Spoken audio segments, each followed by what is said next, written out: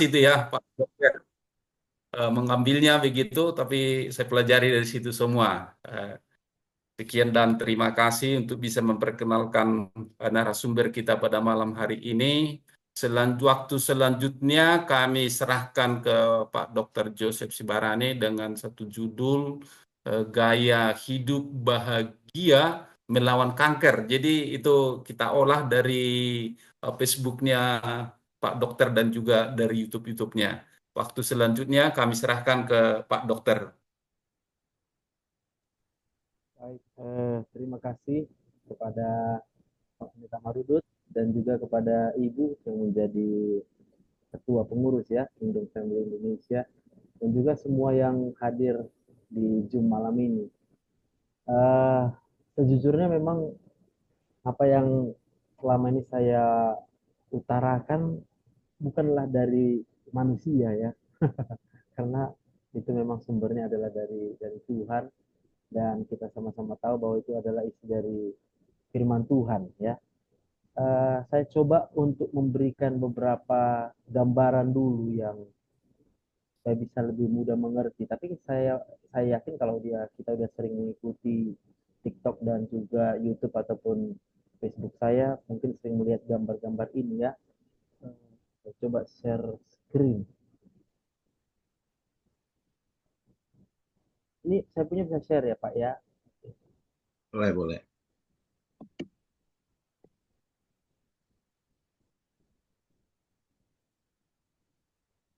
Ya, Kelihatan ya. ya, kelihatan. Nah, jadi Izin direkam Pak Dokter ya. ya ya, nih, saya pun minta rekam tadi memang. Tapi berarti Ya, sama host ya ada yang rekaman ya. ya, Jadi ini dasarnya adalah otak manusia sebenarnya. Jadi di otak manusia ini ternyata di otak kita inilah pengatur seluruh seluruh tubuh kita. Ya, jadi mulai dari ujung kepala sampai ujung kaki itu semua haruslah diatur oleh otak. Tanpa adanya pengaturan dari otak, maka kita akan menjalani hidup yang penuh dengan kekacauan. Artinya mulut bekerja sendiri, mata bekerja sendiri, ya kan? Lalu tangan bekerja sendiri, kaki bekerja sendiri, udah pastilah hidupnya akan kacau. Tapi puji Tuhan, kemudian Tuhan menciptakan satu organ otak yang luar biasa, bahkan sampai hari ini belum bisa ilmu yang dimiliki oleh seluruh ahli-ahli ilmuwan di dunia ini bisa menciptakan kemampuan yang sama dengan otak manusia.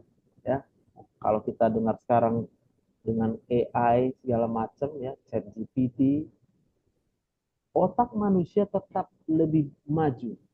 Kenapa? Karena ada hal yang tidak bisa ditiru dari sistem komputer yang dibuat di dunia ini sampai hari ini. Dan kemampuan itu tadilah yang saya pikir kita wajar harus mengakui ya betapa kebesaran Tuhan itu adalah sesuatu yang tidak tidak bisa main-main kita tanggapi. Kebesaran Tuhan dan kuasa Tuhan itu adalah sesuatu yang luar biasa. Dan hanya orang yang mau menerima kenyataan bahwa kekompleksan daripada otak ini tidak bisa ditandingi oleh manusia manapun, itu pastilah yang akan merasakan rasa kagum, rasa sukacita, rasa damai sejahtera, rasa pokoknya rasa yang luar biasa terhadap pribadi Tuhan itu sendiri ya. Dan itu sebabnya kalau ditanya sama saya sejak dari saya kuliah dulu jumlah buku rohani yang saya baca itu bisa dikatakan hampir sama dengan jumlah buku di kedokteran yang saya baca.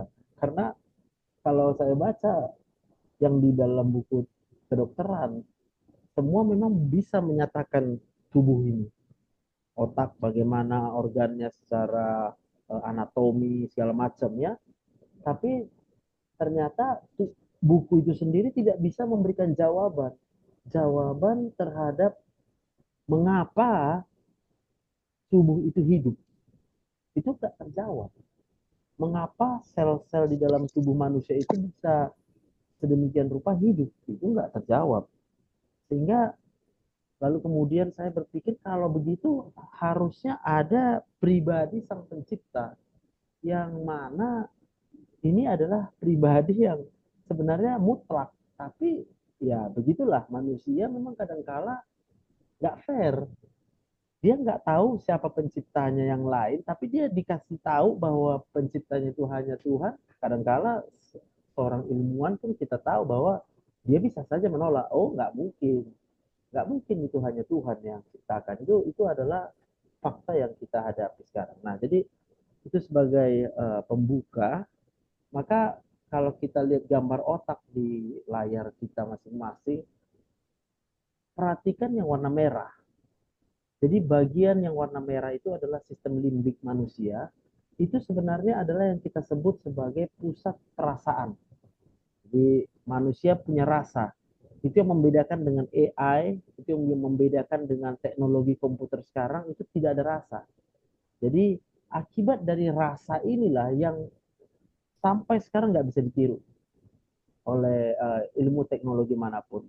Kalau data boleh aja disimpan, data seluruh dunia itu bisa disimpan dalam satu server, tapi ternyata tidak cukup untuk bisa membuat sebuah otak manusia yang punya perasaan. Jadi itu adalah perasaan manusia. Lalu bagian yang luar yang bentuknya seperti eh, cacing-cacing begitu ya, itulah bagian dari pikiran. Jadi di situ kita menyimpan data, di situ kita kemudian eh, berpikir. Jadi proses berpikir itu berlangsung di bagian korteks cerebri. Nah, yang luar biasanya adalah setiap sel-sel di dalam otak manusia yang tadi saya baca itu jumlahnya bisa sampai 80 miliar sel. Jadi di dalam otak kita ini yang di bagian luar dan bagian tengah itu hampir berjumlah sekitar 80 sampai 100 miliar, itu estimasi. Ya, estimasi saja. Jadi berdasarkan ukuran selnya lalu dia estimasi berapa volume otak segala macam, di jumlah lah itu kira-kira 100 miliar sel. Dan masing-masing sel itu adalah sel-sel yang menyimpan info, menyimpan data. Dan itu semua akan saling terkait satu dengan yang lain. Kalau kemudian sel-sel itu sudah menyimpan data di dalam otak ini, lalu dia memproses data-data tersebut, artinya dia akan menghantarkan. Contoh, kalau kita katakan kita sedang apa ya, sedang punya uang gitu ya. Kalau sel dari mata kita bisa melihat sejumlah uang di rekening sekian, itu kemudian akan diproses. Sel-sel yang lain akan diajak, dikasih tahu, uang kita ada sekian, uang kita ada sekian. Lalu sel otak yang lain mungkin mengingat jatuh tempo tagihan gitu ya. Tagihan kita sekian, oke, oh cukup. Nah, maka ketika kita sedang memproses data di otak tersebut antara jumlah uang dengan kapan nanti jatuh tempo pembayaran cicilan ternyata cukup bahkan berlebih, maka info tersebut, hasil pemikiran tersebut akan sampai di bagian yang merah.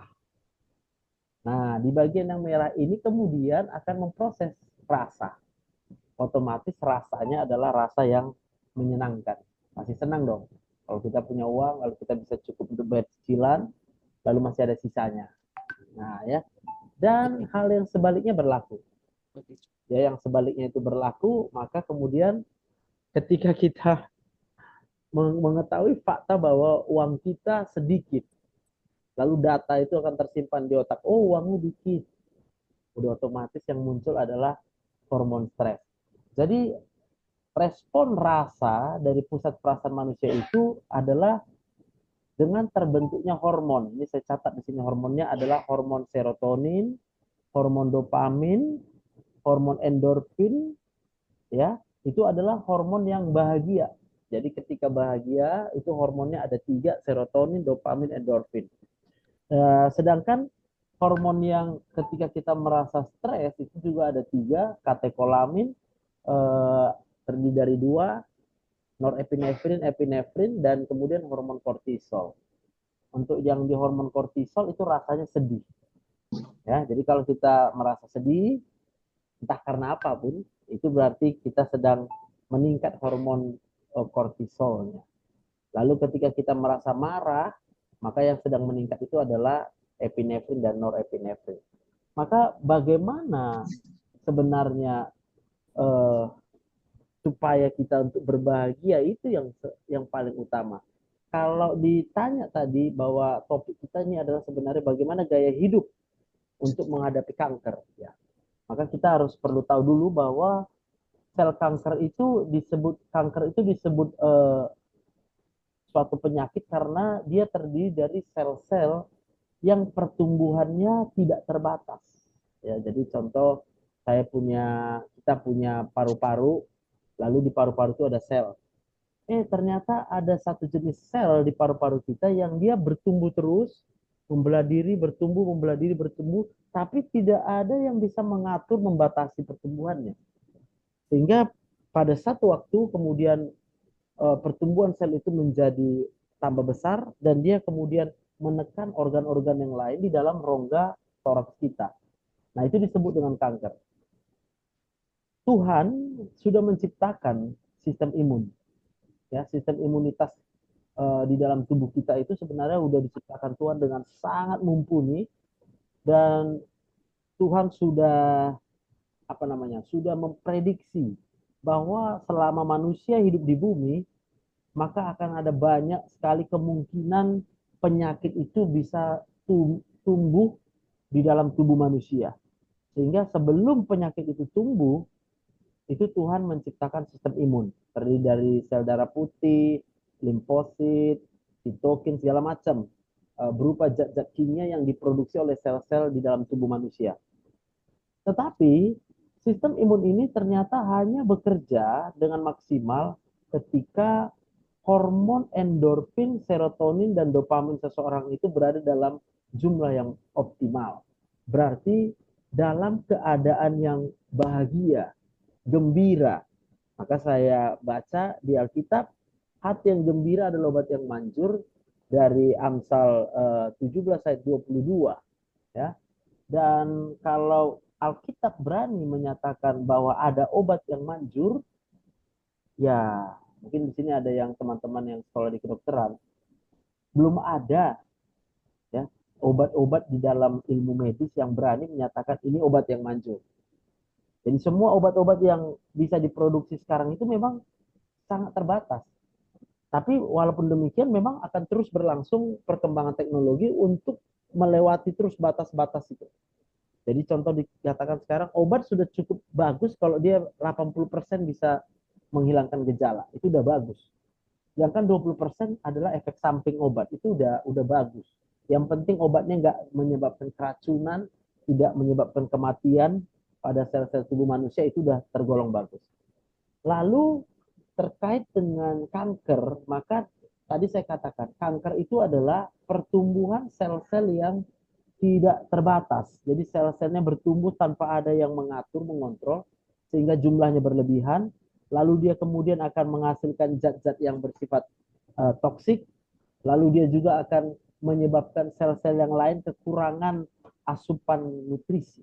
Ya, maka ini mengatasi kanker ini kalau secara medis itu udah benar. Sampai hari ini itu medis adalah bagian yang sangat bertanggung jawab untuk mengobati pasien kanker, yaitu ketika ukuran kanker itu sudah cukup besar, maka biasa itu akan mengganggu organ yang lain, maka pilihan terapinya adalah dengan memotong kankernya.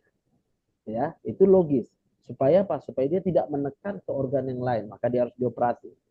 Lalu kemudian supaya dia tidak terlalu besar ukurannya sebelum dioperasi, bisa juga dilakukan radioterapi. Jadi dikasih sinar yang kemudian akan mematikan pertumbuhan sel-selnya, itu radioterapi. Lalu kemudian setelah induknya diambil, maka biasanya sel-sel yang bersifat kanker itu bukan hanya di tempat utama, tapi dia udah menyebar. Maka perlu dilakukan kemoterapi. Nah, kemoterapi itu adalah tindakan yang kemudian menyerang seluruh sel-sel yang bertumbuh, ya. Maka termasuk sel-sel yang menumbuhkan rambut. Itu sebabnya beberapa obat kemoterapi efek sampingnya adalah rambut yang rontok. Itu sebenarnya tanda bahwa kemoterapi bekerja, ya. Nah, dari situ kita bisa melihat keterbatasannya. Ya, jadi operasi pasti terbatas, radioterapi pasti terbatas, bahkan kemoterapi juga pasti terbatas. Tapi puji Tuhan bahwa ketika Tuhan menciptakan sel-sel imunitas kita, di dalam sistem imunitas itu sendiri mampu mengenali, ya, sel-sel kanker yang sedang bertumbuh, dia langsung bisa deteksi. Maka kalau dia dalam keadaan hormon endorfin, serotonin, dopaminnya yang tinggi, itu kemudian akan dengan cepat, dengan sigap menyerang semua sel-sel kanker. Nah, berarti kita punya kesempatan tidak terkena sel kanker.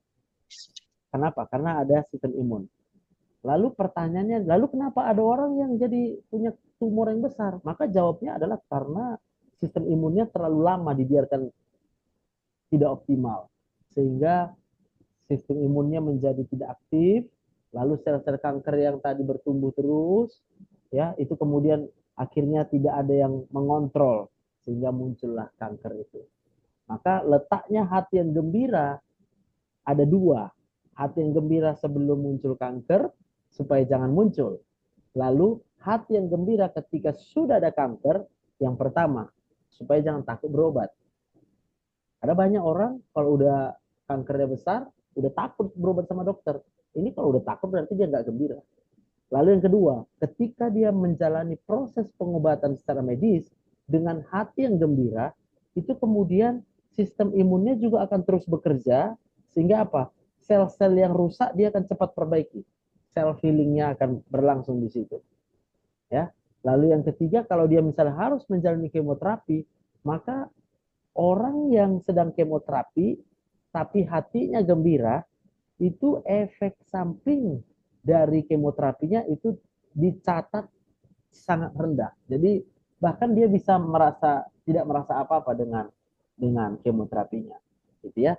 Nah, jadi kalau kita sebagai seorang, ya, kita bisa sebagai seorang dokter, kita bisa sebagai seorang hamba Tuhan. Semua kita sebenarnya punya peran di sini, ya. Yang saya lihat saat ini adalah sinergi antara dokter dengan hamba Tuhan agak terputus.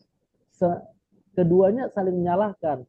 Dokter nyalakan pendeta, pendeta nyalakan dokter. Nah, gitu ya. Jadi saya berharap dengan pemahaman akan eh, hati yang gembira ini dan juga kaitannya dengan sistem imunitas tubuh kita, ini harus menjadi sinergi yang sangat sangat kuat, ya, di mana setiap dalam proses pengobatan pasien, pasien bukan hanya membutuhkan obat medis, karena obat medis itu sendiri tidak bisa menyembuhkan.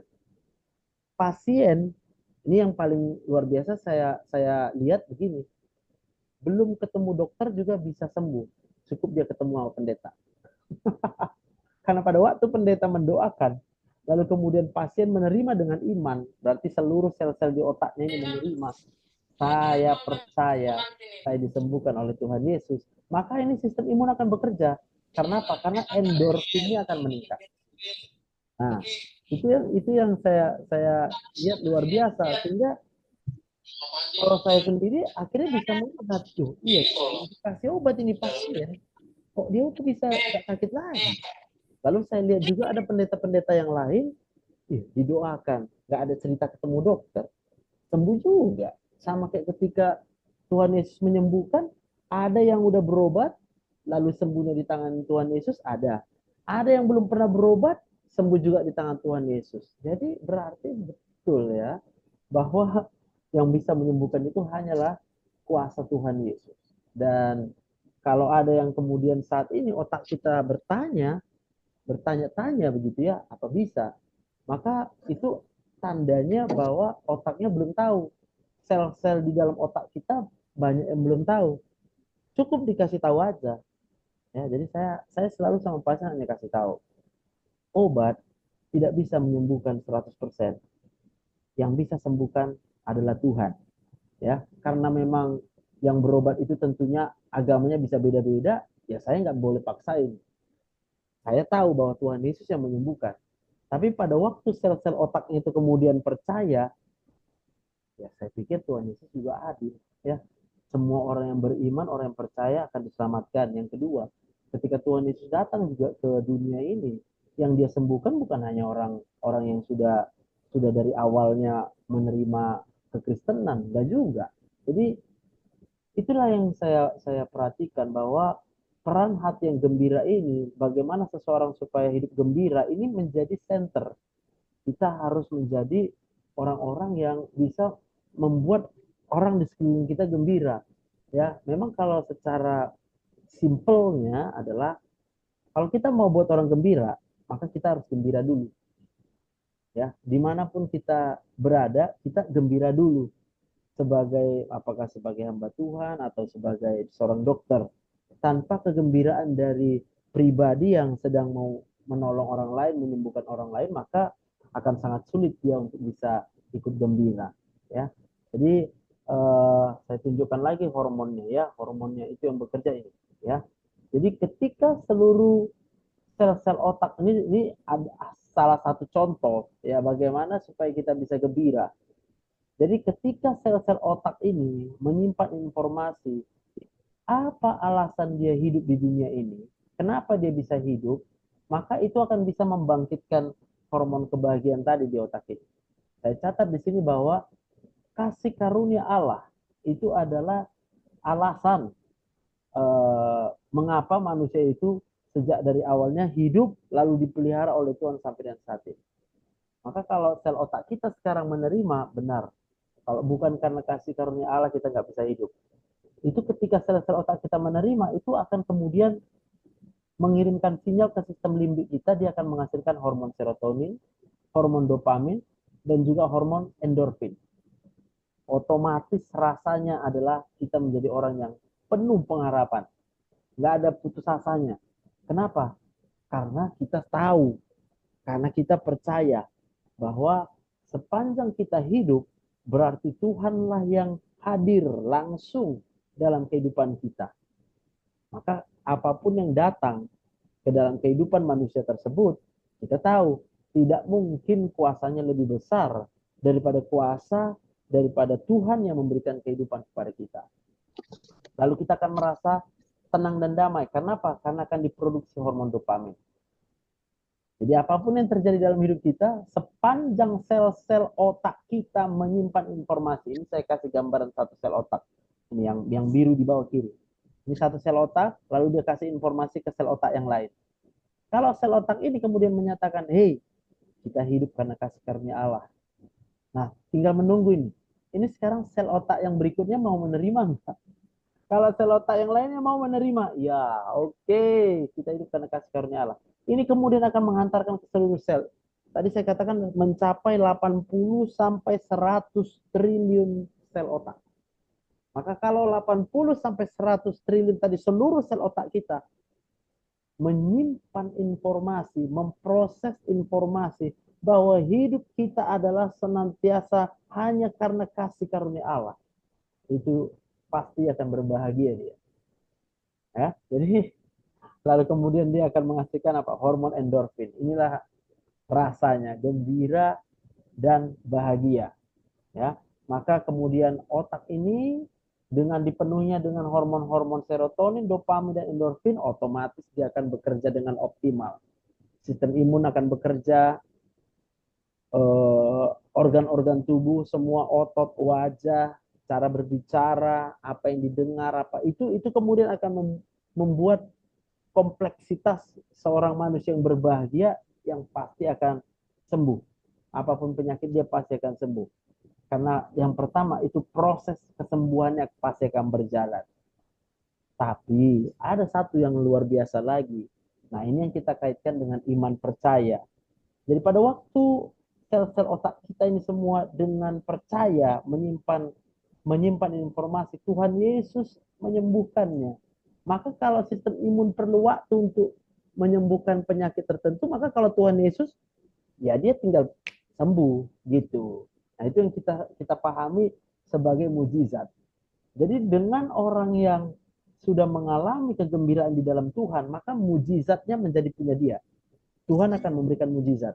Itu saya baca di Mazmur 37 ayat yang keempat. Dan bergembiralah karena Tuhan, maka ia akan memberikan apa saja yang diinginkan hatimu. Jadi orang yang udah gembira, maka rasa sakitnya akan hilang. Proses kesembuhan akan berlangsung. Tetapi mujizat Tuhan pun akan terjadi. Karena apa? Karena sudah percaya sepenuh hati, yakin, iman.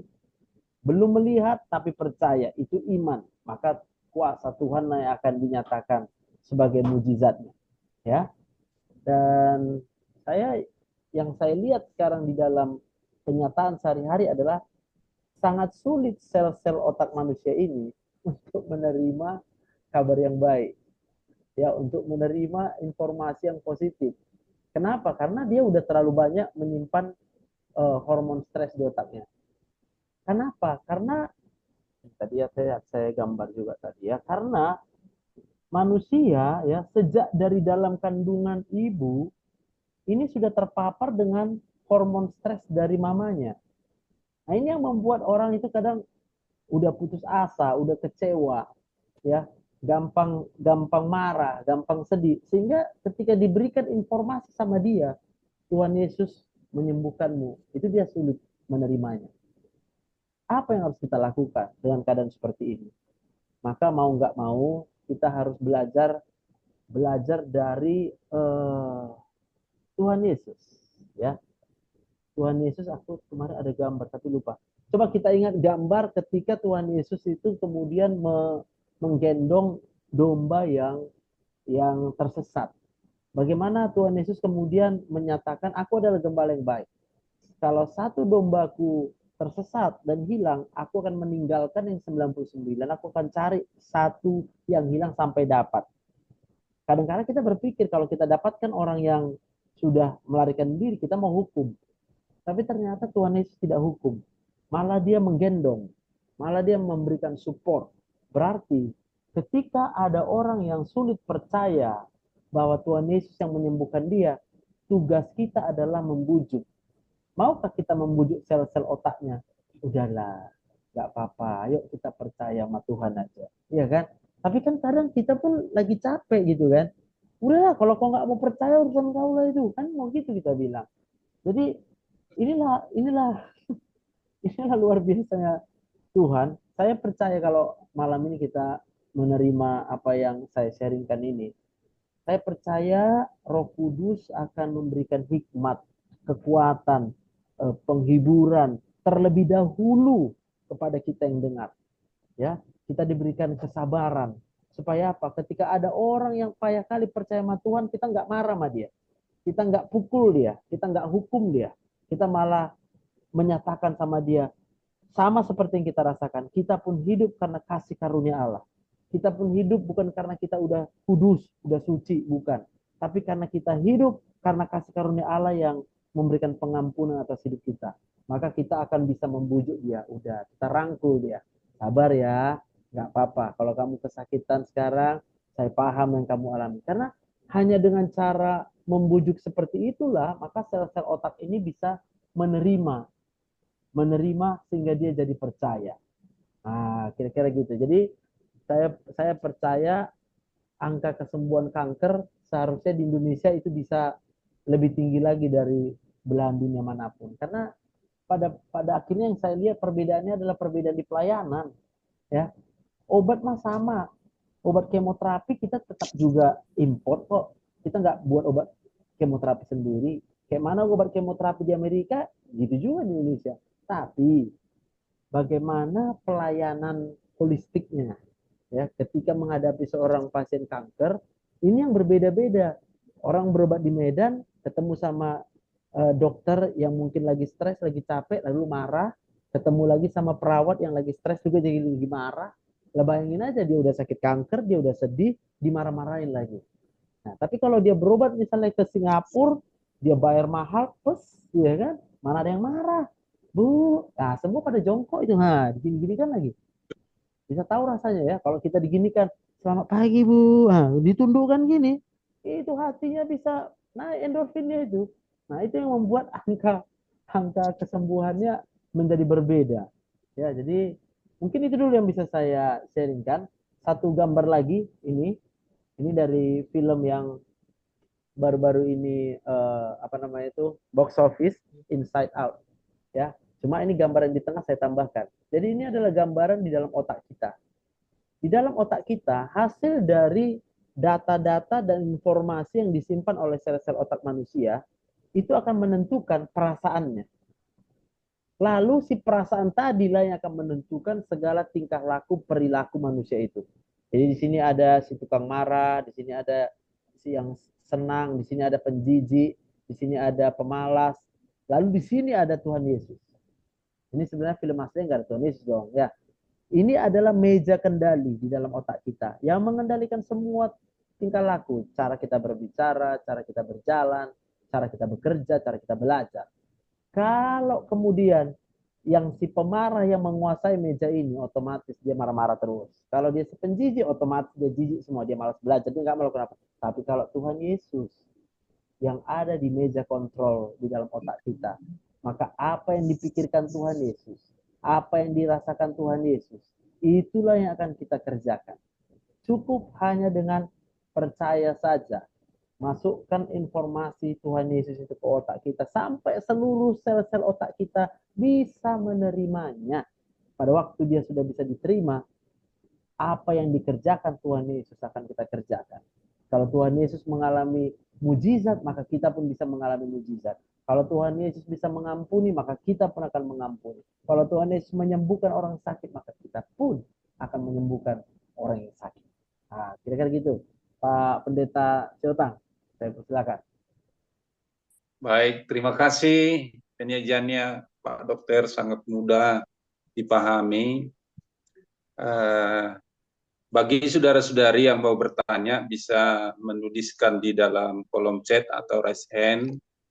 Tapi yang pertama Pak Dokter, kenapa kami menseriusi tentang gaya hidup bahagia dalam menghadapi kanker ini?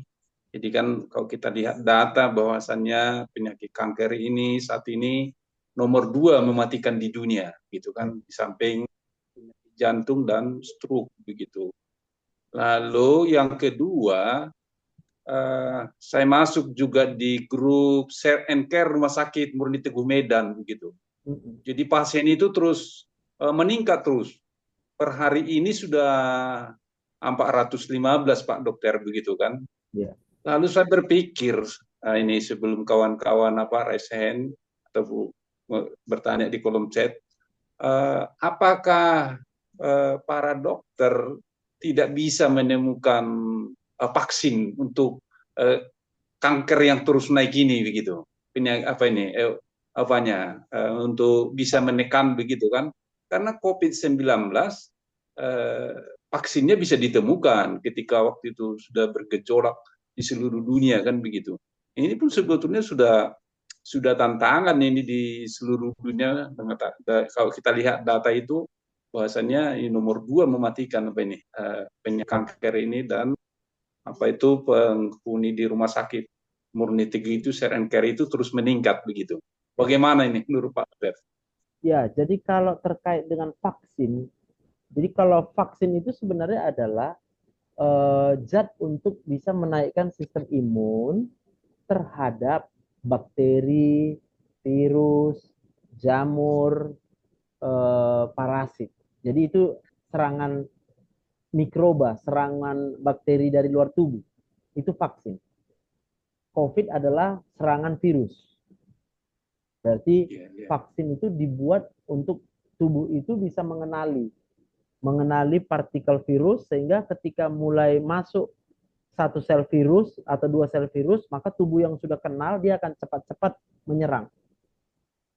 Dalam hal kanker itu sampai sekarang adalah suatu kelainan pertumbuhan dari sel tubuh kita sendiri yang entah bagaimana terjadi perubahan genetik, informasi genetik di dalam sel tersebut yang membuat sel itu bertumbuh tanpa batas. Jadi sebenarnya semua sel-sel tubuh kita bisa bertumbuh, tapi Tuhan sudah memberikan informasi genetik di dalam sel tersebut sehingga dia tidak boleh bertumbuh berlebihan. Nah, yang persoalan itu adalah ketika terjadi perubahan genetika, informasi genetika DNA di dalam sel itu, dia tumbuh sendiri tanpa batas, dia tumbuh terus gitu. Nah, sebenarnya sistem imun itulah yang sudah diciptakan Tuhan bisa mendeteksi, oh ini sel yang satu ini udah mulai lain ini. Sehingga ketika jumlahnya masih sedikit, maka sistem imun kita bisa kemudian langsung mematikan satu sel atau dua sel yang sudah berpotensi menjadi kanker. Nah, gitu Pak. Lalu kalau kita bilang, kenapa meningkat angka penyakit kanker? Sebenarnya sama. Kenapa banyak jumlah korban COVID? Karena hormon stres. Pada masa COVID, itu informasi yang diberikan oleh media itu hanyalah informasi kematian yang paling banyak. Running text yang beredar di televisi, itu semua adalah informasi kematian. Otak, kalau ditaruh ke dalam sel-sel otak itu hanya informasi mati, ya, tadi udah kukatakan, apa yang disimpan data di dalam otak kita akan kita rasakan. Karena letaknya tadi, perasaan itu adalah yang warna merah, lalu yang di luar ini adalah penyimpan informasi. Bisa bayangkan, kalau setiap hari yang ditengok, mati karena COVID sekian ratus ribu, mati karena COVID sekian, mati karena COVID, mati karena COVID. Otaknya menyimpan kematian. Sementara Tuhan memberikan hidup, tapi otaknya menyimpan kematian. Udah otomatis semua akan hidup di dalam rasa ketakutan. Karena apa? Karena hormon stresnya akan meningkat setiap hari. Mana ada orang yang nggak stres masa COVID. Tapi saya mau bilang, saya sampai sekarang tak tahu berapa yang mati karena COVID. Coba tanya sama aku, tak tahu aku Pak. Aku bilang, ngapain aku simpan informasi kematian? Aku bilang, itu kan konyol. Aku bilang, cuma ya namanya media, dia mau mencari publicity, dia mau cepat supaya orang mencari informasi. Ya udah yang ditaruhnya yang mana yang lebih menarik. Orang lebih menarik dengan kabar buruk sekarang. Dikasih kabar baik, coba mana berapa banyak orang yang mau kabar baik. Tuhan Yesus saja udah sampai capek-capek, aku menyerahkan hidupku untuk kamu supaya hidup kekal. Berapa yang terima, Pak? Tapi kalau dikatakan, oh ini kematian karena penyakit kanker nih, ngeri, ya, wah, cepat dihafal tuh. Kita hafal. Jadi otak manusia ini karena sejak dari dalam kandungan tadi lah yang sudah stres karena ibunya stres, maka otak itu akan sulit menerima kabar baik dan sangat gampang menerima kabar buruk. Itu faktanya, Pak. Jadi kalau COVID ketika diciptakan pun vaksin, ya saya mohon maaf, saya pun harus berani berkata, vaksin yang dinyatakan sebagai vaksin pada masa COVID sebenarnya jauh dari standar vaksin. Standar vaksin yang benar adalah dia harus mencapai angka keamanan kalau nggak salah 90% atau berapa, saya nggak hafal angka keamanan. Tapi pada masa COVID, kenapa bisa jadi cepat ada muncul vaksin COVID? Adalah karena angka keamanannya tadi diturunkan sama WHO. Udah deh, 50 boleh. Jadi angka 50% itu udah cukup dijadikan sebagai vaksin. Ya bisa bayangkan sekarang udah kita dengar faktanya. Mulai muncul laporan-laporan. Oh banyak rupanya ya efek samping apa namanya itu vaksinnya ya. Maka banyak yang udah berobat.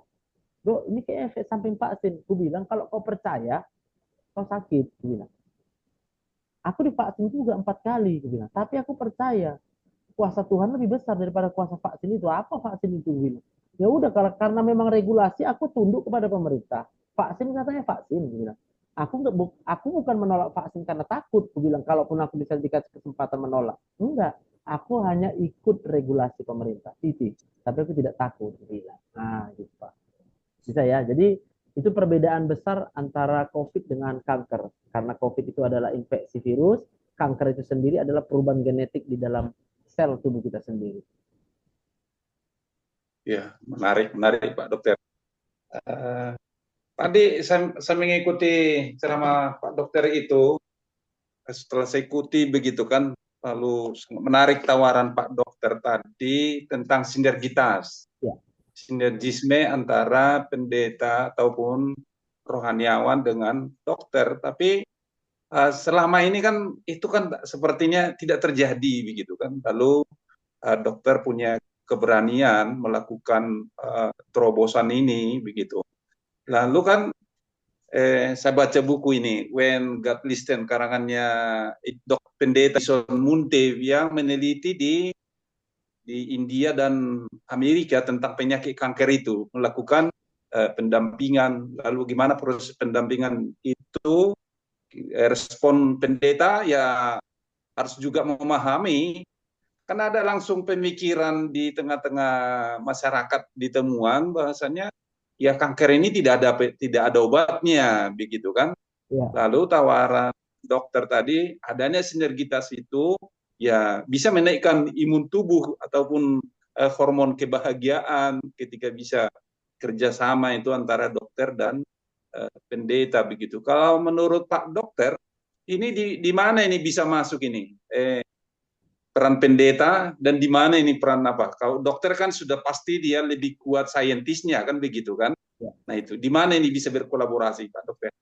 Jadi kolaborasinya itu adalah di proses membujuk, persuasif. Membujuk pasien yang sakit untuk mau percaya.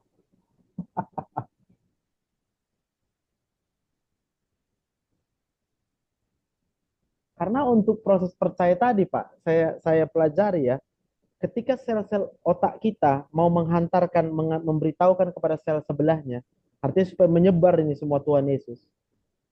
Seringkali ketika informasi Tuhan Yesus disampaikan, ini ternyata ada sel otak yang menyimpan sakit hati terhadap orang lain. Ada yang sakit hati sama keadaannya, Pak. Jadi ketika dibilang Tuhan Yesus sayang samamu, kalau Tuhan Yesus sayang sama aku kok kayak gini hidupku, itu kan menolak namanya. Kita mau kita bilang berapa kali pun sama dia, kalau tanpa ada usaha persuasif, itu nggak akan ada hasilnya. Maka bisakah, saya di GBI udah mulai bilang, ayo kita catat berapa yang sembuh karena didoakan. Aku bilang, ini kan kita data gereja jadi nggak ada. Karena setiap yang sembuh didoakan oleh pendeta, kita nggak mau catat, aku bilang. Coba kalau kita catat, sekian yang sembuh di gereja GMI, sekian yang sembuh di gereja KBP, sekian sembuh di, kan semua gereja bisa. Karena kita akan ketemu juga dengan orang-orang yang bisa didoakan sembuh karena dia cepat percaya. Nah, saya berharap data ini kemudian akan menjadi kuat ketika dia jadi masuk ilmiah karena sudah dicatatkan secara ilmiah. Ini kan kita nggak punya data ilmiah. Yang ada udah siap sembuh orang pergi. Siap sembuh orang pergi. Pendeta udah siap KKR udah pulang. Kan nggak ada yang mau mencatat. Nah gitu. Jadi itu yang saya bilang tadi, ini harus sinergis. Pendeta sinergisnya tetap di gereja. Walaupun di rumah sakit itu sendiri harusnya ada rohaniawannya, Pak. Dari akreditasi, sistem akreditasi rumah sakit pun ada tempatnya rohaniawan. Tapi apakah kemudian dokternya mau untuk ya menyatakan kerjasama? Saya pikir kalau dokter sih bergantung sama direktur ya. Kalau direktur bilang, rapat kalian, dokter sama pendeta, nah, rapat dulu rapat, ya udah aman. Tapi kalau direkturnya juga misalnya nggak mau, nggak peduli gitu dengan apa yang kita bicarakan seperti malam ini, kita mau bilang apa? Bukan kita yang punya rumah sakit ya kan Pak? Iya. Ya, jadi kalau bisa memang ini uh, Kingdom Family Indonesia ini kemudian membuka satu-satu rumah sakit di tiap daerah, nggak perlu canggih-canggih lah rumah sakitnya. Ngapain canggih-canggih? Yang penting ada dokternya, ada pendetanya, udah. Yang udah putus harapan dari Murni Teguh masuk sini. Nah, gitu. Tiap hari didoain situ. Nah. Sampai dia bisa percaya. Menarik itu tawaran Pak Dokter itu. Itu baru dampak kita pasti akan berbeda. Pasti. Ya, tawaran baru ini Pak Dokter ini. Yang terabaikan selama ini gitu kan. Ya iya. Jadi dokter ya ya konsentrasi dengan saintisnya gitu kan, lalu ya pendeta seolah-olah di mimbar terus begitu kan. Iya, Tapi kita masing-masing menjaga lapak kita kan. iya. Oke, ini ada lagi Pak Dokter. Apakah gen dan pola hidup makanan menjadi pemicu utama timbulnya kanker atau hati yang tidak gembira? Terima kasih, Dok. Terima kasih pertanyaannya. Jadi main poinnya begini. Sel kanker yang bertumbuh di tubuh manusia itu bisa dideteksi langsung oleh sistem imun. Sistem imun itu sudah ada di badan kita. Tetapi sistem imun ini hanya bisa bekerja kalau hati gembira. Nah, itu sederhananya. Berarti kalau sistem imun kita tidak bekerja, sel-sel kanker, sel-sel yang berubah menjadi sel kanker ini tak terbendung. Kenapa? Faktornya sangat banyak. Nggak usah makanan. Sinar matahari sendiri pun itu mengandung ultraviolet. Sekian persen ultraviolet itu akan membuat perubahan genetika setiap sel di kulit kita. Dan itu akan bisa memicu kanker. Berarti kalau tidak dengan hati gembira, udah otomatis sel-sel di tubuh kita akan menumbuhkan sel kanker. Tinggal tunggu waktu saja.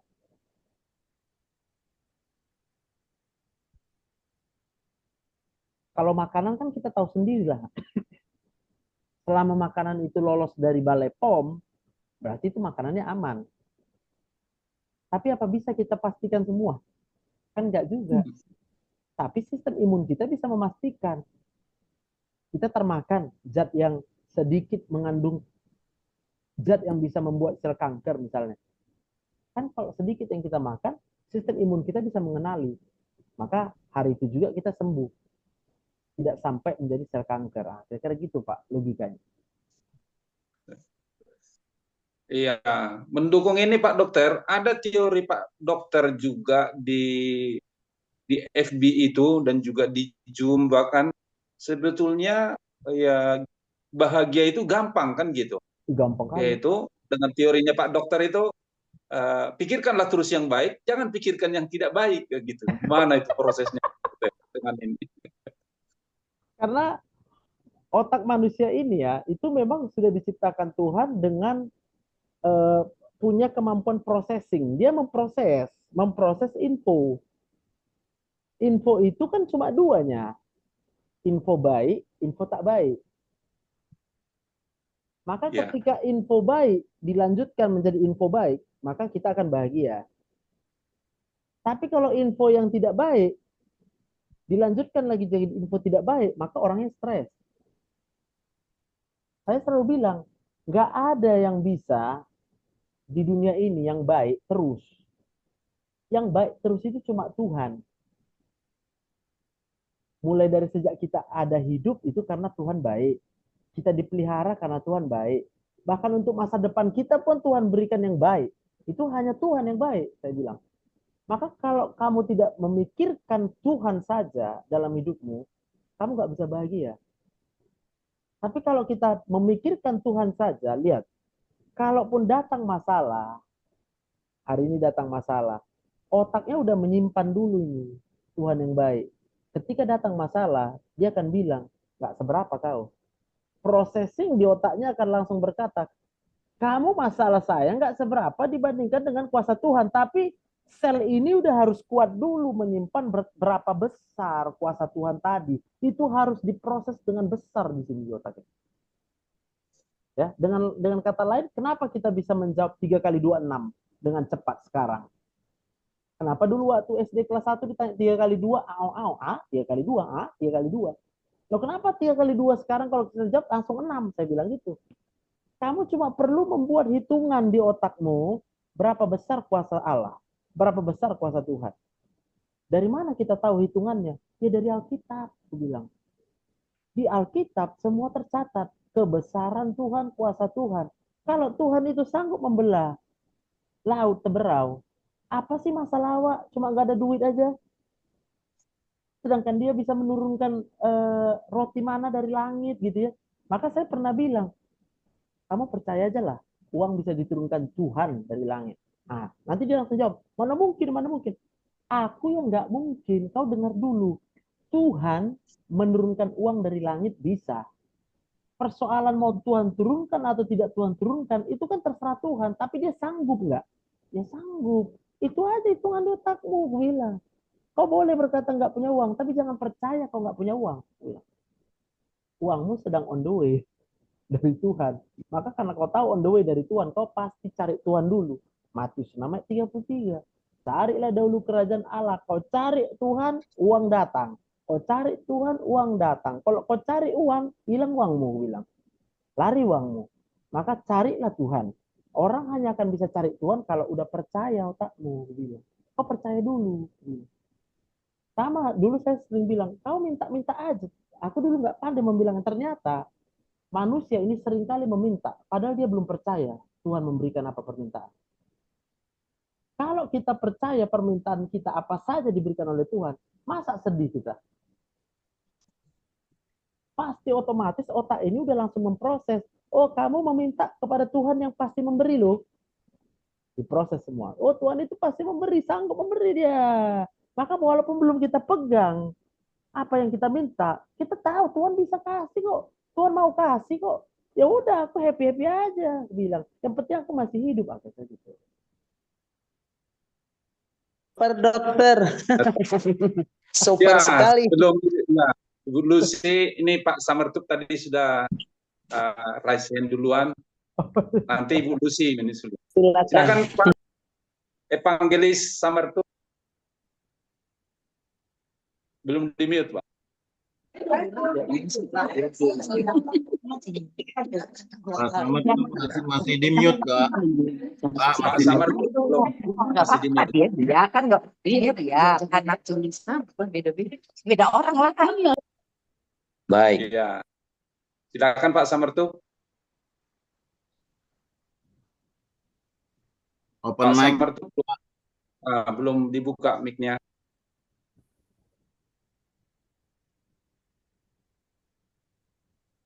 Oke, Pak Samertup masih apa mungkin terlagi. Ini kita lanjut dulu dari chat Pak Dokter.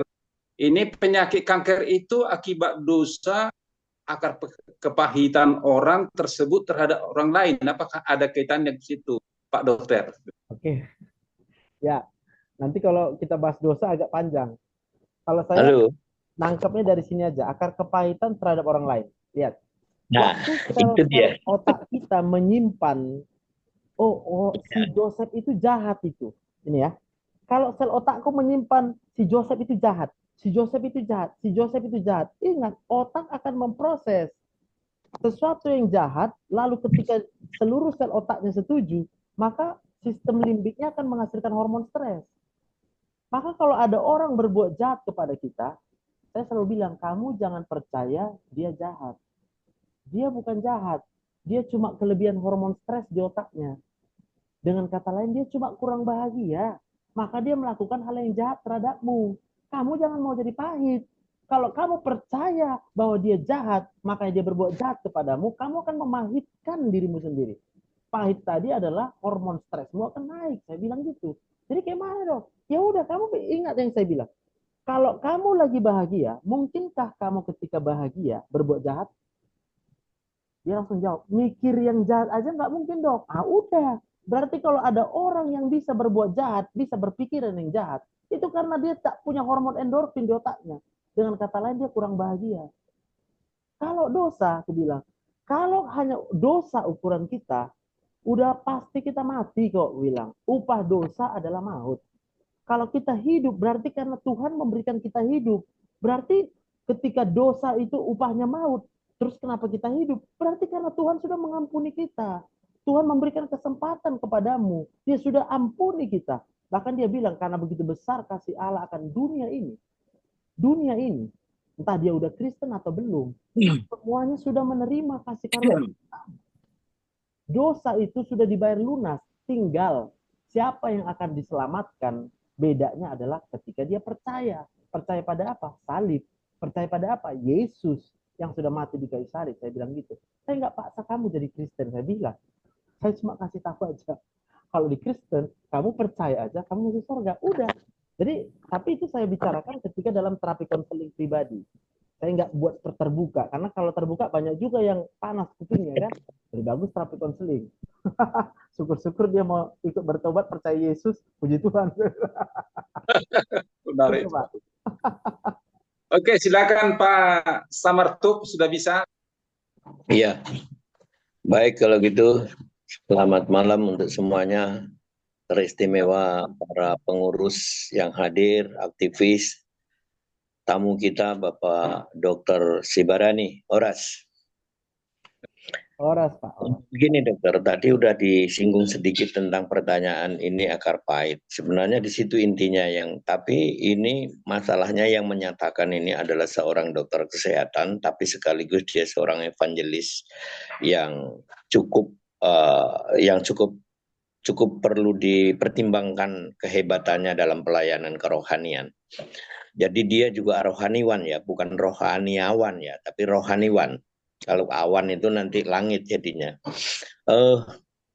Dia itu menyatakan di dalam pernyataan webinar yang kami ikuti, dan ini yang bukan hanya dia aja, dari buku maupun dari kesaksian-kesaksian orangnya tidak seiman dengan kita yang ahli dalam masalah kesehatan ini, mengatakan bahwa kanker pada umumnya dikarenakan oleh tekanan psikologis, khususnya akar pahit. Nah, menurut dokter sendiri sebagai orang yang seiman dengan kami, juga seiman dengan yang dokter adalah evangelis tadi. Nah, sepakat apa enggak itu? Pertanyaan kami hanya di situ, Dok. Terima kasih, Tuhan berkati, Dok. Sebentar, Pak. Sepakat dengan tekanan psikologi ya, di luar daripada, ya benar. Benar. Secara psikologi. Kan secara kerohanian. Benar. Sebenarnya gini, Pak. Kalau hidup ini, saya pasti setuju dengan Bapak lah. Kita nggak bisa pisahkan sebenarnya rohani dengan duniawi. Nggak mungkin. Kita hidup itu adalah sebenarnya gabungan antara rohani dengan duniawi. Kalau kita memisahkan ini, inilah yang membuat akhirnya kita nggak ketemu jawabannya. Kenapa ada orang yang sakit nggak bisa sembuh? Sebenarnya hidup manusia itu rohaninya tadi adalah yang saya tunjukkan di dalam gambar otak tadi, Pak. Jadi yang warna merah ini ya, saya tunjukkan dulu sekali lagi.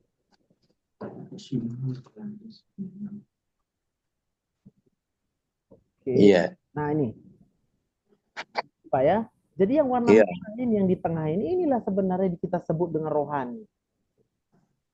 Iya. Disinilah perasaan manusia itu. Rasa benci, rasa kasih sayang, rasa sabar. Maka sepakat kita Pak ya, rohani itu adalah di otak manusia. Di otak manusia ini adalah bagian yang dipelajari oleh ilmu medis. Maka kalau kemudian ini hormonnya adalah hormon stres, itu yang kita sebut pahit. Berarti segala sesuatu yang datang ke dalam hidupnya, mau baik pun itu dia rasa pahit. Apalagi yang pahit, tambah pahit lagi hidupnya. Berarti semakin banyaklah hormon stresnya. Lalu kaitannya tadi dengan kanker adalah hormon endorfin, sifatnya yang bahagia tadi, adalah membuat sistem imun kita bekerja dengan baik. Sehingga sel-sel kanker nggak sempat tumbuh. Nggak sempat tumbuh menjadi banyak, dia sudah di bumi hanguskan. Hilang. Tapi kalau hormon stres yang tinggi, maka pertumbuhan sel kanker itu pasti akan lebih cepat. Nah, gitu Pak. Iya. Amin, Dok. Terima kasih. Kalau kepahitan itu sebenarnya adalah berdasarkan apa informasi yang disimpan di dalam otak manusia. Kalau yang kita simpan orang yang jahat, ya streslah kita. Kalau kita simpan keadaan kita yang buruk, streslah kita. Simpanlah kebaikan Tuhan. Betapa panjang, betapa lebar, betapa dalam, betapa tingginya kasih Tuhan. Amin. Iya. Oke, makasih Pak Samartup. Terlanjut pertanyaan dari chat. Pak Dokter, jika hati yang gembira plus iman percaya hadir pada penderita kanker, akan terjadi mujizat kesembuhan itu tadi penjelasan Pak Dokter, tapi ternyata seringkali tidak terjadi. Apa yang masih kurang Pak Dokter? Baik, kalau saya baca statementnya, sebenarnya statement ini memisahkan. Sebenarnya iman, bukti kita beriman adalah gembira. Orang yang beriman kepada Tuhan berarti seluruh sel-sel otaknya percaya hanya kepada Tuhan. Amin. Maka otomatis gembira. Tapi kalau dibilang hati yang gembira berarti ada pemaksaan. Aku gembiranya aku. Kita kan kalau ditanya kamu gembira, gembira lah. Padahal nggak gembira dia, nggak ada hormon endorfinnya, tapi pura-pura gembira dia. Jadi kalau itu kemudian sudah gembira, aku percaya 100% pasti sembuh. Karena yang menyembuhkan itu kuasa Tuhan. Saya nggak percaya kalau Tuhan itu bohong, itu aja. Apa mungkin Tuhan bohong? Imanmu yang menyembuhkanmu katanya. Imanmu yang menyembuhkanmu. Lalu ketika kita ketemu kasus, loh kok dia nggak sembuh? Saya mau bilang, kita sebagai hamba Tuhan, saya bilang juga sama pasien, maaf ya, saya nggak percaya kalau kamu udah percaya sama Tuhan. Kalau kamu udah percaya sama Tuhan, saya pun percaya kamu sembuh, saya bilang. Artinya, kita jangan mau dipengaruhi oleh dia. Dia yang kurang percaya, loh kok kita diajaknya untuk nggak percaya? Jangan Pak, itu akan rugi sekali kita. Apalagi kita sebagai hamba Tuhan. Hamba Tuhan harus stick. Percaya, kamu pasti gembira, kamu sembuh oleh kuasa Tuhan. Kalau kamu belum sembuh, dia boleh bilang, aku udah percaya, imanku udah penuh. Saya nggak percaya. Bilang itu aja Pak, udah. Tapi kalau kamu mau dibimbing, ya tugas kita hamba Tuhan. Saya bilang tadi sama Pak Pendeta, ayo kita bujuk dia. Supaya dia benar-benar paham, ini loh yang namanya percaya. Ini loh yang namanya percaya. Orang yang udah percaya, udah otomatis mengampuni, otomatis memaafkan, otomatis mengasihi, otomatis sabar, otomatis murah hati. Itu otomatis semua. Kalau orang yang percaya, karena itu adalah kasih karunia. Hanya karena kasih karunia tadi lah kita memaafkan, kita mengampuni. Kira gitu Pak. Jadi statementnya ini sebenarnya statement ketika si orang sakit yang nggak sembuh menuntut. Dia pikir cukup dia dengan bilang aku udah percaya, aku udah gembira, kenapa belum sembuh? No. Ini statement dari orang yang nggak percaya Pak. Kira-kira gitu. Jangan mau kita tertarik. Saya percaya Pak Pendeta pasti tetap percaya. Iman yang menyembuhkan. Titik. Luar biasa Pak Dokter. Iya ya, harus ada itu ya, tekad untuk menyampaikan supaya percaya itu gitu. Jangan yang kurang percaya mempengaruhi yang percaya. Harus yang percaya mempengaruhi yang kurang percaya, mengajak. Mantap istilah tadi Pak Dokter. Ibu Lucy, ada yang mau disampaikan tadi Ibu Lucy? Ya, selamat malam Bapak. Terima kasih Pak Dokter untuk waktunya boleh berbagi sekaligus sebagai hamba Tuhan. Saya sangat terkesan karena sudah beberapa kali saya mengikuti seminar-seminar kanker, tapi baru kali ini saya bertemu antara perpaduan medis dengan iman. Kebetulan dengan hamba Tuhan yang luar biasa. Dan kebetulan ada yang saya layani 2 orang, ya puji Tuhan. Saya sangat setuju dengan apa tadi yang dokter sampaikan. Mungkin perasaan kita aja atau yang bersangkutan tadi merasa dia sudah melepaskan pengampunan karena patokan kita firman Tuhan. Bahwa segala sesuatu dari ini dan hati. Makanya jagalah hatimu katanya. Kan kalau dari hatinya, di mulut boleh berkata saya sudah mengampuni, saya sudah memaafkan, saya sudah melepaskan, tidak ada akar pahit. Tapi itu bisa di sini. Karena ada yang kita temukan dalam pelayanan seperti itu. Di sini, tapi sesungguhnya di sini. Dia seperti menuntut. Makanya tadi saya sangat setuju, seperti dokter tadi katakan, bahwa kita sebagai hamba Tuhan, harus patokan kita tetap ke firman Tuhan. Apakah betul-betul memang dia mengimani bahwa Yesus yang dia sembah mampu menyembuhkan dia. Ini saya satu kesaksian aja dokter ya, yang kita layani. Tadinya dia memang selalu ada masalah pribadi yang membuat dia terkungkung. Akhirnya dia diponis kanker rahim. Sampai dia punya rambut semua rontok semua. Sampai dia ke gereja udah pakai penutup kepala itu kayak Muslim itu, pakai itu dia karena sudah tidak ada rambut. Tapi dengan kita terus mensupport dia, kita bawa ke pertemuan-pertemuan itu, dia akhirnya berubah mindsetnya. Dia merubah. Saya bilang, betul-betul kamu percaya bahwa Yesus itu ada di hatimu. Dia mampu, bahwa kamu itu diciptakan Tuhan ajaib dan istimewa. Dirancang kamu bahkan dari kandungan orang tuamu, bahwa dia mampu. Jika Tuhan izinkan ini dalam tubuhmu, bahwa Allah yang hebat yang kamu sembah itu mampu mengubahnya, mampu menjadi kamu nanti saksi bagi orang lain, asal kamu hidup di dalam kebenaran firman Tuhan. Dan puji Tuhan, ini tadinya sampai semua, maaf, bulu-bulu tangannya aja sampai rontok semua. Karena maaf, sampai bulu kakinya juga banyak. Tapi puji Tuhan, sekarang orangnya sehat. Udah numbuh ini semua rambutnya yang sudah botak itu. Amin. Ya, tubuh normal seperti kita. Dan sekarang dokter sudah menyatakan dia itu sembuh dari kanker. Padahal waktu itu di stadium 3. Stadium 3 dia udah nangis-nangis pertama-tama itu. Nah, yang menurut saya yang dia sangat butuhkan saat itu, bagaimana dia bisa merubah mindsetnya. Bahwa memang iya ya, tubuhku ini adalah ciptaan Tuhan. Bahwa yang ada di tubuhku ini adalah roh Tuhan. Jadi jika Tuhan memberikan ini satu kelemahan dalam tubuh saya percaya Tuhan akan memperlengkapi saya. Dan saya akan kuat. Jadi dia mampu melewati masa. Itu dia tadi. Imun itu sudah diberikan Tuhan dalam tubuh kita. Jadi imunnya itu mampu melawan. Walaupun tadi ada sel itu, dia mampu, imunnya itu lebih berkuasa. Bahkan mampu memulihkan dia. Tuh. Terus yang kedua, ada juga yang udah pasien dari Darmais. Ada di sini kankernya di leher. Dia itu maaf udah seperti mangga yang udah misalnya mangga tua. Kalau mangga udah tua bijinya itu kan udah bengkem gitu, udah terbuka kan. Seperti itulah kanker itu di tenggorokannya.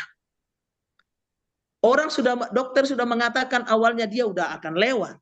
Tapi dengan dia terus kita layani dan dia tetap yakin sama Tuhan, Tuhan pasti sembuhkan. Suatu saat ada orang baru ketahuan terdeteksi penyakit, malah dia bisa mendukung, dia bisa memotivasi orang itu. Dan itu tadi yang kayak mangga tadi yang di sininya itu pecah. Kita nggak tahu kemana airnya masuk. Ini pecah dan lama-lama jadi kempes. Sampai sekarang orangnya sehat.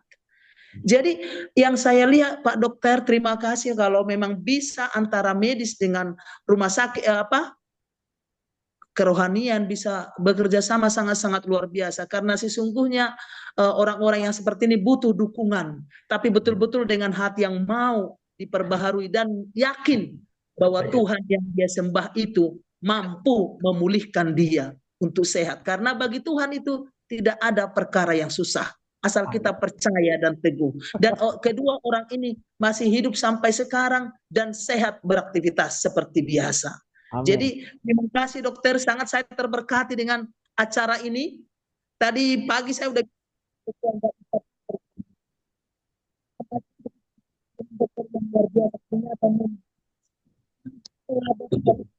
putus polisi. Suara ibu putus Bu.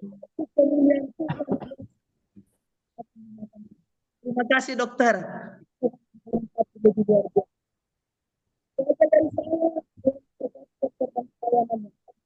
Tuhan berkati Bu Lucy. Sinyal yang bagus Bu Lucy. Bawa keluar ruangan. Baik, terima kasih Bu Lucy, kesaksiannya sangat menguatkan kita juga pada malam hari ini. Memang Pak Dr. Joseph Sibaran ini tidak hanya sebagai dokter saja, tapi juga kalau kita lihat YouTube-nya itu pengkhotbah luar biasa juga begitu di tengah-tengah gereja begitu. Dan malam hari ini kita dapatkan bahwasanya satu keberanian untuk membuat suatu terobosan yang belum ada selama ini gitu kan, kerjasama antara pendeta dengan dokter begitu. Ini menjadi apakah ini Pak Raples nanti jadi perhatian Kingdom Pemilih Indonesia begitu. Lalu ini ada pertanyaan lanjutan Pak Dokter. Dalam pelayanan kesembuhan spontan Misalnya Pastor Andi Simon yang dari Kalimantan itu, banyak terjadi kesembuhan, bahkan pada orang yang belum percaya. Bagaimana mungkin itu terjadi, kesembuhan itu, Pak Dokter? Yang pasti yang pertama yang sembuhkan Tuhan Yesus. Amin. Ya. Kalau Tuhan Yesus menyembuhkan, maka yang ini insight yang saya baca dari pekerjaan Tuhan Yesus yang menyembuhkan. Semua orang yang disembuhkan itu awalnya belum percaya, terus jadi percaya, bisa.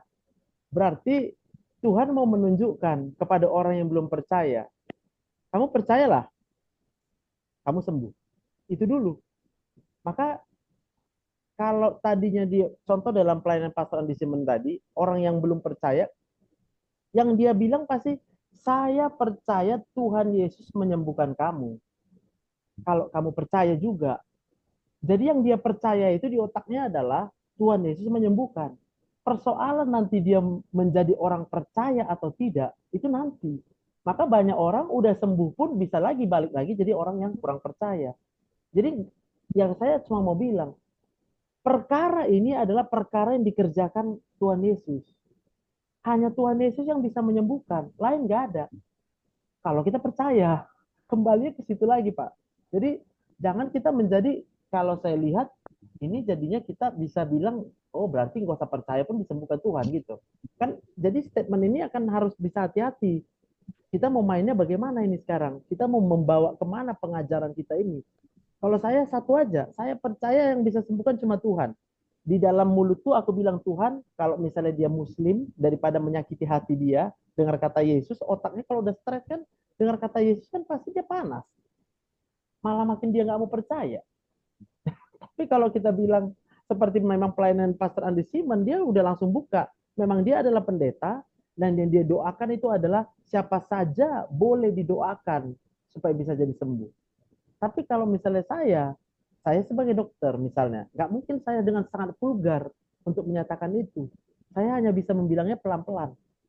Ini ya, kamu perlu obat, kamu minum obatnya. Tapi sebelum pun minum obat, kamu bisa sembuh. Kalau kamu percaya. Nah, kira-kira seperti itu, Pak. Jadi, kalau kita bilang bagaimana mungkin terjadi kesembuhan, maka kita bisa merujuk lagi balik. Apa yang tidak mungkin bagi manusia, itu mungkin bagi Allah. Titik. Itu aja jawabnya. Kira-kira begitu, Pak. Gimana tanggapan? Iya, iya. Pak Pendeta Ukuli, ada mau disampaikan? Sudah paskah yang tadi? Pak Pendeta Ukuli? Ada? Oh iya, oke. Ada Pak Pendeta? Pas? Oke ya. Satu lagi dulu Pak Dokter. Kan kita langsung ini bisa menerima dalam penyakit itu. Nah, ini kan proses genetika begitu. Diturunkan dari orang tuanya atau dari neneknya begitu penyakit itu. Lalu ya langsung itu diterima gitu. Diterima. Oh ya udah diterima aja sakit ini karena genetika gitu. Ini gimana tuh Pak Dokter dari segi kedokteran? Oke, jadi dari segi kedokteran gini, ketika terjadi janin ya, berarti proses pembuahan. Sel sperma dengan sel telur ibu, istrinya, lalu menyatu. Ini akan membentuk satu sel yang baru, embrio namanya. Di dalam embrio ini sudah tersimpan informasi genetik. Informasi genetik dari mamanya, informasi genetik dari bapaknya. Ini akan menyatu. Gabungan informasi genetik ini akan menghasilkan manusia tadi. Tapi di dalam pertumbuhannya selama di dalam janin, informasi genetik ini pun akan terus dipengaruhi oleh apa? Hormon stres tadi, hormon kebahagiaan tadi. Maka kalau ibunya bisa hidup sebagai seorang wanita yang berbahagia senantiasa, ini pertumbuhannya walaupun tadinya dia udah membawa genetik yang jelek ini bisa diperbaiki. Karena Tuhan juga sudah menyelipkan di dalam sistem imun kita namanya gene transformation, gene cancer transformation. Jadi sel yang memang sudah menyimpan sel kanker itu bisa dideteksi oleh sistem imun yang sudah diciptakan Tuhan di dalam tubuh kita untuk ini diperbaikinya supaya nggak jadi kanker. Kuncinya apa? hati yang gembira. Tapi kalau sepanjang hidupnya, dari mulai dalam kandungan, ibunya udah sedih. Nanti dia keluar jadi bayi, bayinya jadi cengeng. Ketika bayi cengeng, mamanya tambah marah-marah, bapaknya tambah marah-marah, semua marah-marah. Dibesarkan dalam kondisi keras, dikerasin semua, makin bandel, makin dikerasin. Itu hormon stresnya akan naik terus. Sehingga apa? Terbentuklah manusia yang berantakan. Syukur-syukur nggak sampai terjadi sel kanker. Ya, tapi kalau dia misalnya hanya berantakan, perilakunya di sekolah jadi nggak bisa pinter. Pokoknya kehidupannya jadi gagal. Jadi sebenarnya yang diturunkan itu adalah informasi genetik. Informasi genetik yang terbentuk dari dasarnya kepahitan tadi. Kalau hormon stres orang tuanya, kakeknya, neneknya, semuanya hidup dalam satu garis yang, maka kalau firman Tuhan katakan, dosa sendiri kutuknya itu adalah hukumannya berlaku untuk keturunan ketiga sampai keempat dan seterusnya tadi saya kalau kita baca di Alkitab. Tapi sebenarnya kalau terjadi pertobatan ini diputus, kutuk itu diputus. Atau kalau misalnya kita sebagai hamba Tuhan kan kita berdoa, yang percaya kamu akan diputuskan dari segala kutuk-kutuk di keluarga kamu. Percaya. Percaya apa? Percaya Tuhan yang sanggup memutuskan kutuk itu. Kira-kira gitu, Pak. Apakah Rasito Kemenja udah pas belum ya? Udah luar biasa itu Pak itu. Iya, ini satu lagi lah Pak Dokter ya. Ini kita upayakan selesai pas jam 9. Ini 2 menit waktu Pak Dokter ya. Nggak apa-apa. Kalau ini udah semangat, kita udah menyala. Mau sampai besok juga, Pak. Ini ada pertanyaan gini. Pertanyaan saya, bagaimana meresponi orang yang percaya resep dokter seumur hidup dan tanggapi bagaimana kita diberi hikmat untuk percaya dengan obat begitu. Jadi dia sudah mengkonsumsi obat seumur hidup. Gimana pandangan Pak Dokter? Ya. Jadi, ini kita lihat dulu kasusnya, case by case. Ada orang misalnya yang kondisi minum obat seumur hidup itu adalah sakit gula, sakit darah tinggi. Contoh ya, orang kalau udah sakit gula, otomatis seumur hidup kalau memang sel beta pankreasnya udah benar-benar capek, tidak menghasilkan lagi insulin dari dalam tubuhnya sendiri. Atau orang yang darah tinggi, itu dinding pembuluh darahnya udah sangat kaku. Maka mau nggak mau dia harus tetap diberikan obat pelonggar supaya pembuluh darahnya bisa elastis lagi. Jadi tekanannya tidak berlebihan. Kalau dokternya tidak mengingatkan, kita pun harus ingatkan, ibu percaya ya, obat ini bagus. Kalau otaknya menerima, percaya obatnya bagus, maka dia akan menghasilkan endorfin otaknya. Maka efek samping yang mungkin timbul itu bisa sangat diminimalisir, bahkan sampai tidak ada efek samping. Maka saya selalu bilang sama pasien, ibu kalau nggak percaya sama obat saya, jangan diminum. Karena kalau dia minum, tapi dia nggak percaya sama obat yang dia minum, yang ada dia percayanya kepada yang buruk dari obat itu. Benar nggak, Pak? Jadi efek samping. Harus percaya juga yang dikonsumsinya itu Pak. Iya, tapi saya akan bilang juga fair. Tapi kalau ibu percaya, ada mujizat kuasa Tuhan bisa dinyatakan dalam hidup ibu, percayalah, maka ibu akan sembuh. Kalau ibu udah sembuh, berarti ibu bisa nggak usah minum obat ini, saya bilang. Iya dok. Dia yang tahu, dia bisa percaya atau enggak. Tandanya percaya saya kasih tahu. Orang yang percaya sukacita terus hidupnya, saya bilang. Kalau ibu bisa lihat saya lagi praktek bisa sukacita, percayalah. Lagi nggak praktek juga saya sukacita, saya bilang gitu. Nanti dia ketawa sendiri. Iyalah dok, saya aja datang ke sini udah stres. Baru mau datang udah stres. Gitu Pak. Ya, luar biasa itu Pak Dokter.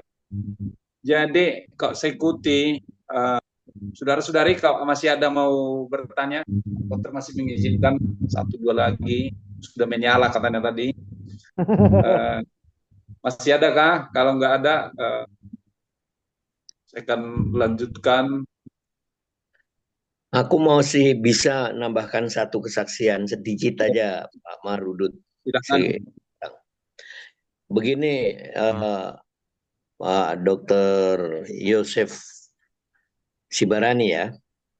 Ya Pak. Satu ini kesaksian diriku begini, aku divonis oleh dokter ahli penyakit jantung dan penyakit dalam di Padang, Sumatera Barat ketika masih merantau di sana. Itu tahun 73 aku mempunyai kelemahan jantung seperti kalau ini loh apa ya, kalau sering kejang gitu loh dok, apa ototnya tuh kalau udah gitu tuh aduh antara hidup mati waktu itu bertahun-tahun. Tergantung dengan apa obat yang diberikan warna merah muda itu ya untuk penenang jantung itu. Ya. Tapi kalau udah mimpi buruk, ada petir yang sangat mengejutkan itu kambuh ya. Jadi kalau udah kambuh itu jantung itu bergerak terus memompa darah, tetapi ototnya itu kejang seperti sakit kram gitu. Nah itu udah antara hidup mati. Suara saya doa itu sudah nggak yang aku dengar karena telinga semuanya masih normal, mata juga normal. Suara itu udah nggak jelas seperti orang mengigau gitu. Pop, pop, pop, pop, pop, pop, pop. Nah begitu. Jadi itu sudah karena minum kopi juga udah nggak bisa minum kopi yang setengah setengah apalah istilahnya setengah kopi lah ya sudah nggak kental lagi itu pun gedebuk-gedebuk jantung. Tapi seperti yang dokter bilang tadi, pertanyaan aku dan pertanyaan Pak Marudin Siotang bahwa di luar apa tuh, di luar kemampuan kemampuan supranatural itu bahwa kita benar-benar akan disembuhkan dengan kuasa tanpa campur tangan sedikit pun yang namanya obat-obatan dan sarana prasarana kesehatan kedokteran. Enggak. Dan itu bisa sembuh total seperti sekarang tahun 2008, Dok. Ya. Karena aku udah pensiun waktu itu, mana Indonesia sedang krismon, jadi uang pensiun itu ya udah kebobolan terus setiap bulan kan, karena anak semakin gede, ada yang kuliah, ada yang sekolahnya yang sudah SD jadi SMP, yang SMP jadi SMA. Jadi kedodoran terus keuangan itu. Jadi belum ada BPJS juga, jauh dari BPJS. Nah akhirnya ya seperti tadi sebagai seorang evangelis dan saya orang petobat dok. Saya ini dulu anak ini ya, anak pondok pengajian Jawa Timur ini aku ini. Jadi dipertobatkan itu di Padang Sumatera Barat tahun 68. Jadi imanku itu mengatakan udah baca Alkitab, berdoa terus pakai minyak urapan setiap hari kau lakukan. Kalau nggak bisa sama keluarga sendirian aja. Seperti itulah aku lakukan. Nah nyatanya tahun 2008 itu benar-benar hilang. Nggak pernah sekalipun dari 20. Bukan aku ini mau mencobai loh ya. Nah nanti tahu-tahu datang lagi si iblis ini memberi pencobaan lagi seperti itu. Ya nauzubillahi min zalik deh. Begitu. Jangan benar. Karena sakit banget. Ya namanya kejang di jantung. Jantung harus memompa, ototnya lagi keras gitu. Wah, luar biasa sakitnya. Nah, itu loh, Dok.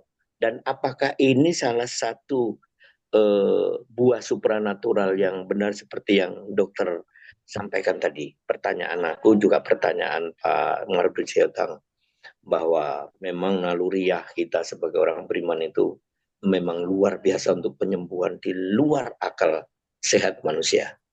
Dan pertanyaan ini semoga juga akan memberikan masukan kepada mahasiswa-mahasiswi atau Bapak Ibu yang hadir pada ini. Ini kesaksian pendek tapi jujur merupakan yang tidak selalu aku sampaikan kepada orang lain.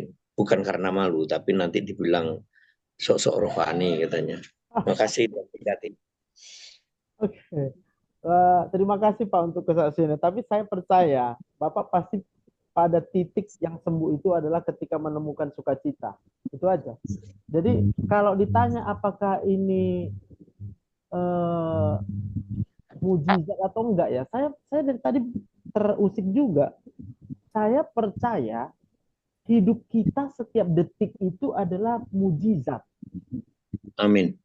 Berarti kita nggak boleh menyatakan oh itu mujizat, itu karena obat. Enggak. Hidup Ya. kita tiap detik pun udah mujizat kok. Nggak ada Amin. manusia yang bisa membuat kita hidup, ya kan Pak? Ya Tapi betul karena dong. kita udah percaya tadi setiap detik itu adalah hidup mujizat, itu ada dari Tuhan, ya udah otomatis penyakit apa yang nggak bisa disembuhkan? Setiap detik aja udah mujizat Tuhan. Amin Pak ya. Haleluya. Itu berapa puluh tahun ya? 73, 83, 10 tahun. 83 ke 93, iya ya.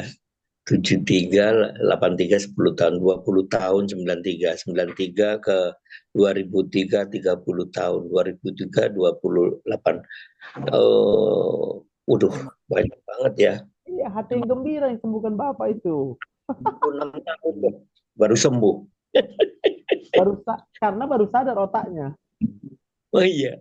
Kalau udah sadar otak kita setiap detik adalah mujizat Tuhan, itu gembira kita. Nggak mungkin nggak gembira kita. Kalau setiap detik aja udah kita anggap mujizat Tuhan, itu kegembiraan nggak terkira itu. Haleluya, luar biasa dok, memang. Sekarang kopi lagi dok, saya udah kopi kental lagi. Wah mantap Pak. Rokok udah nggak udah lama aku ngerokok, nggak 30, hampir 30 tahun. Merokok itu Pak karena sedih Pak. Maka Bapak nggak merokok lagi karena Bapak udah gembira. Dulu 2 bungkus dok. Iya. Jarum Namanya sedih Pak. Jadi zat rokok itu membuat kita tenang. Tapi dari zat rokok.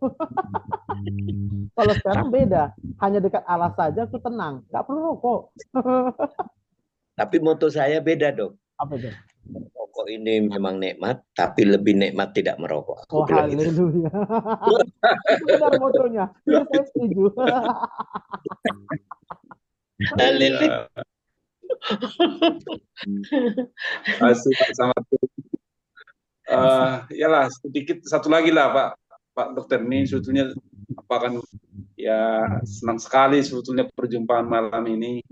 Tapi saya melihat pengalaman pribadi Pak Dokter itu gitu kan, gimana itu bisa Pak Dokter bisa menggugah pasien-pasien itu sampai menangis begitu. Ketika Pak Dokter apa gitu, kamu nggak perlu obat, yang penting sebetulnya ini yang ada terjadi dalam dirimu. Nah itu jadi Pak Dokter sepertinya punya inspirasi mengatakan sesuatu baginya begitu, tidak semata-mata obat begitu. Saya apa gitu sedih apa juga ini hebat juga Pak Dokter ini, bisa lebih hebat dari Pak Pendeta ini dalam konseling gitu.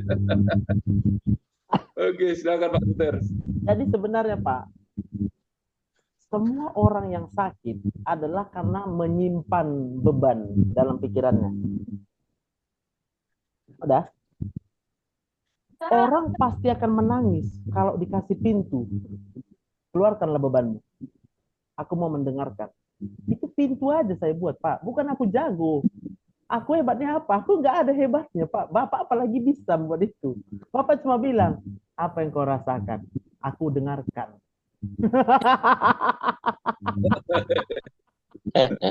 Kalau dia udah dikasih kesempatan mencurahkan apa yang dia rasakan, Pak, karena yang dia rasakan itu adalah sedih, maka otomatis dia menang.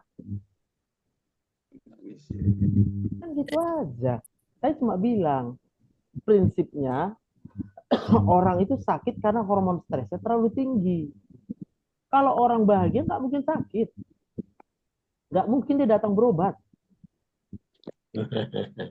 Tapi dia karena datang berobat karena udah tak tertahankannya lagi. Kan nggak mungkin dia datang ke dokter, dokter, aku masalahku berat sama istriku, sama suami. Nggak mungkin. Cuma kalau udah aku bilang, kenapa rupanya? Dia nangis, Pak. Saya cuma bilang, aku tahu. Kan aku tahu ada beban pikirannya. Aku mana mungkin tahu apa yang menjadi beban pikirannya. Hanya kasih pintu aja Pak ya. Itu aja ya Pak. Jadi artinya kita menyerahkan diri kita. Aku mau mendengarkan. Dia harus percaya dulu sama kita bahwa kita itu memang mau dengerin dia. Nah, itu yang perlu. Kadang kan kita juga nggak punya waktu. Saya pun harus membatasi. Maaf ya, saya bukan nggak mau dengarkan, tapi pasien yang berikutnya udah banyak yang nunggu, nanti mereka kecewa. Tapi kalau Tuhan memang membuat dia datang pada hari pasien itu sedikit, Pak. Dia misalnya udah nomor terakhir, ya udah aku tanggung jawab sama Tuhan. Aku akan buat. Makanya dia sering nangis pasien-pasien terakhir. Kalau udah habis pasien itu baru edisi nangis tuh, Pak. Malah saya bilang lagi, tidak ada yang kebetulan. Tuhan sayang sama kamu. Makanya Tuhan kasih kesempatan kita jumpa pasien udah habis, saya bilang gitu. Jangan sia-siakan kesempatan itu.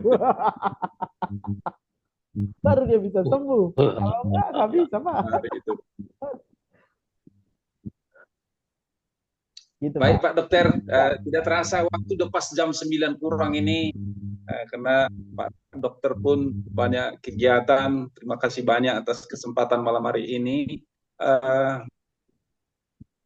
Mana tahu ada closing statement Pak Dokter tentang gaya hidup bahagia melawan kanker ini. Silakan Pak Dokter. Ya. Terima kasih ya kepada Kingdom Family, apa istilahnya, Kingdom Family Indonesia yang memberikan kesempatan ya kepada saya ya. Saya pun bukanlah seorang yang ahli yang bagaimana, enggak. Tapi yang saya tahu cuma kuasa Tuhan itu lebih dari siapapun juga, lebih dari kepintaran manusia manapun juga. Hanya itu aja modal saya. Jadi saya berharap bukan suatu kebetulan juga Tuhan kasih waktu, kesempatan kita bersama. Tapi apa yang tadi saya ungkapkan sepertinya adalah hal yang baru sekali saya pikirkan tadi tiba-tiba.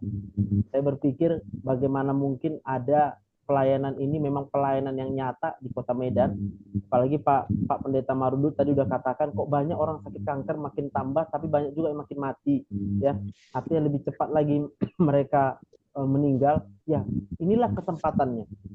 Ketika dokter nggak sempat punya waktu untuk membujuk pasien-pasien untuk jadi percaya, di sini letaknya. Saya pun rindu kali. Saya suruh misalnya kamu pergi ke sana, nanti ada yang melayani kamu di sana. Nah, kalau udah ada nanti tempatnya di Medan, biar berdampak kita, baru kita buatlah recordnya. Ini pasien yang udah didoakan, sembuh. Pasien doakan, sembuh. Pasien didoakan, sembuh. Nama Tuhan dipermuliakan. Benar dia di kemo, tapi semua juga tahu yang menyembuhkan dia Tuhan. Kalau sudah ada kita buat pelayanan yang nyata seperti ini Kota Medan. Jadi terima kasih sekali lagi. Semua untuk kemuliaan nama Tuhan saja. Amin. Amin. Terima kasih Pak Dokter closing statement-nya. Jadi apa yang disampaikan Pak Dokter ini pada malam hari ini sangat menarik bagi kita semua. Saya mengutip apa yang ada di rumah sakit Penang gitu. Bahwasanya pekerjaan dokter itu menolong, membantu, dan Tuhanlah yang menyembuhkan. Itu kita dapatkan dari Evangelis Dr. Joseph Sibarani pada malam hari ini. Terberkati Pak Dokter lewat Facebooknya yang live itu bisa sampai berjam-jam, dan banyak masyarakat terberkati lewat Facebook dan juga YouTube Pak Joseph itu. Dan kita semua yang hadir pada malam hari ini silahkan bisa mensubscribe YouTube daripada Dr. Joseph supaya terus nanti bisa berkomunikasi, dan juga Facebooknya. Saya pun baru setelah ceritanya masyarakat Pak Dokter gitu, ini siapa ini Dr. Joseph ini, lalu udah banyak rupanya YouTube dan juga Facebook begitu. Lalu kita tahu, kita berharap juga kita semua bisa mensubscribe Dr. Joseph Sibarani yang berani melakukan satu terobosan hubungan antara agama dan dunia kesehatan. Dan kita berharap terus Pak Dokter terus berani membuat terobosan-terobosan itu bisa nantinya sampai profesor lah melakukan penelitian itu, begitu Pak Dokter ya. Untuk selanjutnya kami serahkan Pak Pendeta Raffles untuk menutup dalam doa. Pak Pendeta Raffles bersama dengan kita kah? Ya, Pak. Iya. Ya, Pujian doa. Pujian dulu. Iya, Pak. Ya, terserah. Atau mau langsung doa, silahkan. Mau pujian, silahkan.